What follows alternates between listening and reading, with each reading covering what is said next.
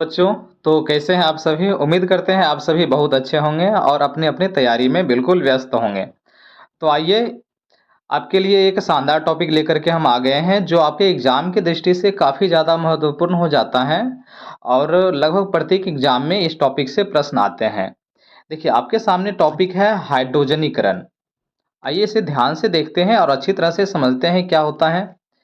Exam point of view से ये काफ़ी ज़्यादा महत्वपूर्ण है और आपके बेसिक नॉलेज के लिए भी आपको इसके बारे में जानकारी होनी चाहिए। तो आइए समझते हैं हाइड्रोजनीकरण क्या होता है, पूरा प्रोसेस समझते हैं इसको अच्छी तरह से। देखिए, अगर हम हाइड्रोजनीकरण की बात करते हैं तो देखिए इस प्रक्रिया में होता क्या है। इस प्रक्रिया में हमें ज़रूरत पड़ती है हाइड्रोजन गैस की। हमें ज़रूरत पड़ती है हाइड्रोजन गैस की। इसके बाद हमें ज़रूरत पड़ती है असंतृप्त हाइड्रोकार्बन की। अब इसमें होता क्या है, आइए देखते हैं। हाइड्रोजन गैस को जब असंतृप्त हाइड्रोकार्बन के साथ अभिक्रिया कराया जाता है तो आप याद रखें संतृप्त हाइड्रोकार्बन हमें मिल जाता है और इस प्रक्रिया को हाइड्रोजनीकरण कहते हैं। अर्थात सबसे पहले तो आप ये समझिए कि असंतृप्त हाइड्रोकार्बन और संतृप्त हाइड्रोकार्बन क्या होते हैं। देखिए, एल्कीन और एल्काइन जो होते हैं इसे हम असंतृप्त हाइड्रोकार्बन कहते हैं और एल्केन जो होते हैं उसे संतृप्त हाइड्रोकार्बन कहा जाता है। इसकी जानकारी आपको होनी चाहिए, ये बेसिक बातें हैं। अब देखिए, होता कुछ ऐसा है, इस अभिक्रिया में हम काम में लेते हैं तीन धातु की।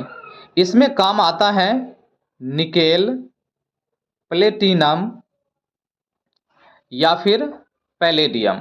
इसमें से कोई भी हम धातु जो है सो उपयोग में ले सकते हैं और ये उत्प्रेरक के रूप में काम करते हैं। देखिए, निकेल का संकेत हो जाता है Na, प्लेटिनम का संकेत होता है Pt और पैलेडियम का संकेत होता है Pd। अब आइए इसे हम समीकरण के माध्यम से समझते हैं कि ये अभिक्रियाएं होती कैसे हैं। देखिए सबसे पहले हम क्या करते हैं, असंतृप्त हाइड्रोकार्बन लेते हैं। असंतृप्त हाइड्रोकार्बन में हम एल्कीन का उपयोग करते हैं और एल्कीन में भी हम उपयोग करेंगे एथीन का। एथीन का सूत्र हो जाता है CH2 डबल बॉन्ड CH2। इसे आप काउंट भी कर सकते हैं, गिन सकते हैं। कार्बन 2 हैं और हाइड्रोजन 4 हैं और अगर हाइड्रोजन की संख्या कार्बन से दोगुना रहे तो वो हो जाता है एल्कीन। अब इसमें होता क्या है, इसको हम अभिक्रिया करा देते हैं हाइड्रोजन गैस से और इसमें उत्प्रेरक के रूप में काम आएगा तीन धातु, जैसे कि हम आपको बताए हैं निकेल, प्लेटिनम या पैलेडियम।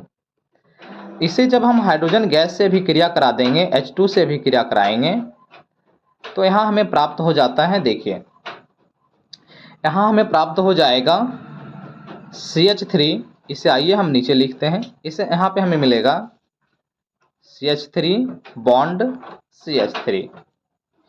अर्थात यहाँ जो आपको हाइड्रोजन दिख रहा है, ये हाइड्रोजन इसके साथ जुड़ करके ये जो हाइड्रोजन आपको दिखाई दे रहे हैं यहाँ पे, ये इस एथीन के साथ जुड़ करके क्या करता है, दो हाइड्रोजन की वृद्धि कर देता है। तो यहाँ पे हाइड्रोजन की कुल संख्या हो जाती है 4 से 6। यहाँ पे आप देखेंगे कार्बन की संख्या, कार्बन और हाइड्रोजन में हम तुलना करते हैं तो हाइड्रोजन की संख्या कार्बन के 2 गुने से 2 अधिक है, अर्थात यहाँ एल्केन बन गया। और एल्केन हम जस्ट अभी आपको बताए हैं कि ये जो है संतृप्त हाइड्रोकार्बन है। तो यहाँ पे हम देख रहे हैं असंतृप्त हाइड्रोकार्बन से संतृप्त हाइड्रोकार्बन बन रहा है, जिसे हम हाइड्रोजनीकरण कहते हैं। अब देखिए, हाइड्रोजनीकरण का उपयोग कहाँ कहाँ होता है, कहाँ कहाँ इसका इस्तेमाल किया जाता है इस प्रक्रिया का। तो देखिए, इसका जो उपयोग है, इसका उपयोग हो जाता है खाद्य उपयोग में। वनस्पति तेल जो होते हैं, इससे वनस्पति घी बनाने में। अर्थात हम अपने घरों में जो घी देखते हैं, ये कुछ ऑयल से, कुछ वनस्पति तेल से बनाए जाते हैं। ठीक है। इसके बाद अगर हम देखें इसका उपयोग जो है अनेक प्रकार के कार्बनिक यौगिक बनाने में भी किया जाता है। इसीलिए यह जो है काफ़ी ज़्यादा महत्वपूर्ण हो जाता है हाइड्रोजनीकरण की प्रक्रिया। उम्मीद करते हैं कि आप इस टॉपिक को अच्छी तरह से समझ पाए होंगे। यहाँ पे देखिए, यहाँ पे जैसा कि आप देख पा रहे होंगे, यहाँ पे वनस्पति तेल से फाइनली जो है यहाँ पे वनस्पति घी बनाया जा चुका है। चलिए, तो उम्मीद करते हैं कि आप इस टॉपिक को अच्छी तरह से समझ पाए होंगे। अगर आपको यह टॉपिक अच्छा लगा है और आपके लिए हेल्पफुल है, तो आप इस वीडियो को लाइक ज़रूर करें और चैनल को सब्सक्राइब कर लें, ताकि आपको ऐसा ही हेल्पफुल वीडियो और कंटेंटफुल वीडियो आपको मिलते रहे। चलिए फिर मिलते हैं हम अगले वीडियो में। तब तक आप लोग हंसते रहें और अपनी दुनिया में खुश रहें। धन्यवाद।